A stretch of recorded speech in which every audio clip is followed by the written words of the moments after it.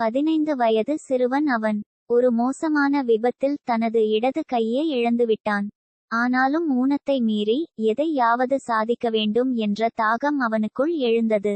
அந்த பகுதியில் புகழ்பெற்ற ஒரு ஜூடோ குரு இருந்தார். அவரிடம் போய் விஷயத்தைச் சொன்னான். அவரும் புன்சிரிப்போடு அவனை பயிற்சியில் சேர்த்து கொண்டார். இதுதான் உன்னுடைய முதல் பாடம் என்று சொல்லி ஒரு தாக்குதல் முறையை சொல்லிக் கொடுத்தார். 3 மாதங்கள் கடந்தன. அடுத்து என்ன என்று குருவிடமே கேட்டான்.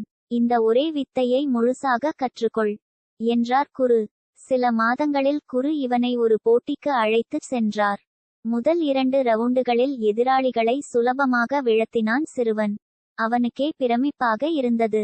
3வது சுற்றில் புகழ்பெற்ற இன்னொரு வீரனோடு அவன் மோத நேர்ந்தது. ஆரம்பத்தில் கொஞ்சம் அடி வாங்கினாலும் அவன்தான் ஜெயித்தான்.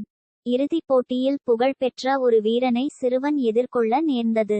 மோசமாக அடி வாங்கி சிறுவன் செத்துவிடுவானோ என்ற பயத்தில் நடுவரே சிறுவளை விலகிவிடுமாறு வற்புறுத்தினார். ஆனால் குரு, விடுங்கள், அவன் ஜெயிப்பான் என்றார். போட்டி ஆரம்பித்தது. ஒரு கையில்லாத சிறுவன்தானே என்று அந்த புகழ்பெற்ற வீரன் அலட்சியம் காட்ட தன் வழக்கமான தாக்குதலில் அவனையும் வீழ்த்தினான் சிறுவன்.